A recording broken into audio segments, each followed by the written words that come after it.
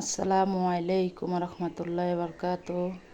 ঈদ মোবারক সবাইকে। সবাই কেমন আছেন? ঈদের উপলক্ষে আজকে সকাল সকাল রান্না হয়ে গেল। গরু মাংস রান্না করতেছি। মাংসটা কষায় নিচ্ছি,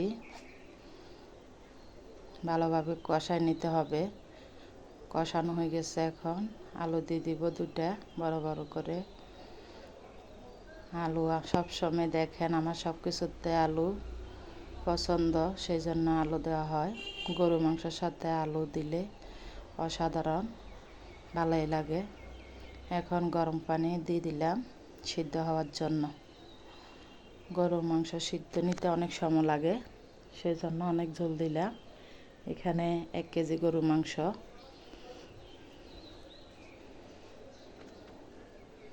সাদা ভাত। মনে করছিলাম পোলাও রান্না করব, পোলাও রান্না করতে অনেক দেরি হয়ে যাব। সবাই ছেলেরা হাজব্যান্ড ঈদের নামাজ পড়তে গেছে।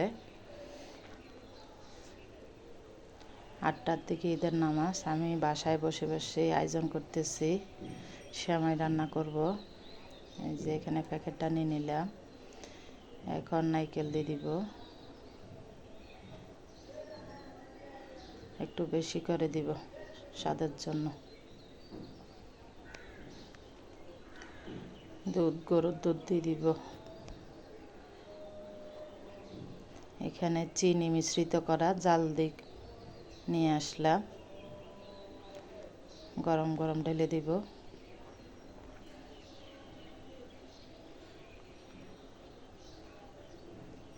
সবগুলা দিয়ে দিব। সেমাইগুলা অনেক মজা, আমার কাছে ভালো লাগে। লেড়ে চেড়ে নিব ভালোভাবে।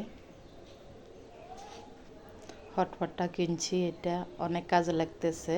একটা বড় নিছি, সেটা কাজে লাগে না। ছোটটা সব কিছুতে প্রয়োজন হয়। এখন দিয়ে দিব বাদাম, কিশমিশ দিয়ে দিব। সকালবেলা বাদাম ভেজে রাখলাম, বাদামগুলা কিশমিশ দিয়ে দিব সুন্দরের জন্য। মাশাআল্লাহ অনেক সুন্দর দেখা যাচ্ছে। এখন নুডলস রান্না করব। একটু পরে গ্যাস চলে যেতে পারে, সেই জন্য সকাল সকাল সব আইটেম তৈরি করে ফেলিয়ে সারাদিনের জন্য রেস্টে থাকবো। বাইরে হইচই শোনা যাচ্ছে, ঈদের নামাজ হয়ে গেছে মনে হয়। এই যে ঈদের জন্য সেমাই চিনি কিনে নিয়ে আসলাম বাজার থেকে।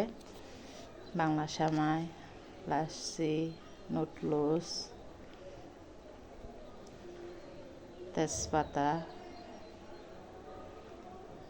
রাঁধুনি, হালিম মশলা, দুধের প্যাকেট, বিরিয়ানি মশলা, হালিম রান্না করব, একটা ট্যাং, দাঁতের মাজন, বিস্কিট, গরুর কলিজা নিয়ে আসলো 2 কেজি। এখন আজকে রান্না করতেছে 1 কেজি। আল্লাহ হাফেজ, সবাই ভালো থাকবে।